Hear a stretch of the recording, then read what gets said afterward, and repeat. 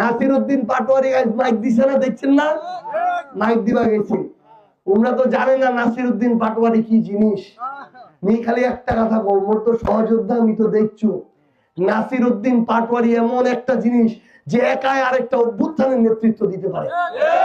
এই নাসিরউদ্দিন পাটোয়ারি যখন মোদি এই ভারতের সীমান্তে আমাদের বাংলাদেশি গুলাকে মেরে বাংলাদেশে আসতেছিল, তখন মোদি বাংলাদেশে ওয়েলকাম না এইটা লিখে ঢাকা বিশ্ববিদ্যালয়ের রাজু ভাস্কর্যে 56 দিন বসেছিল। এটা হলো নাসিরউদ্দিন পাটোয়ারি।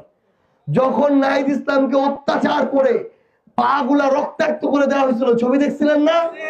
ওই নাহিদ ইসলামের হাতটা শক্ত করে ধরেছিল যে লোকটা, ওই লোকটার নাম নাসিরউদ্দিন পাটোয়ারি।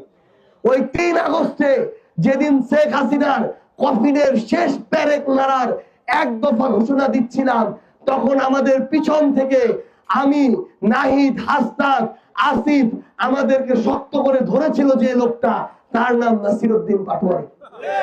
এটা হলো সেই লোক, যেই লোক কোনো খেলা খেলে না, যেই লোক খেলার নিয়ম তৈরি করে। তো তারা মনে করছে নাসিরউদ্দিন পাটোয়ারিকে একটু মাইক দিয়ে মনে হারায় দেওয়া যাবে। তারা জানে না তারা আজকে নাসিরউদ্দিন পাটোয়ারিকে আসনটা দিয়ে দিল। তারা জানে না মির্জা আব্বাসের আজকে থেকেই পতন হয়ে গেল। আগামীর বাংলাদেশে কোনো চাঁদাবাজের জায়গা হবে না ইনশাআল্লাহ।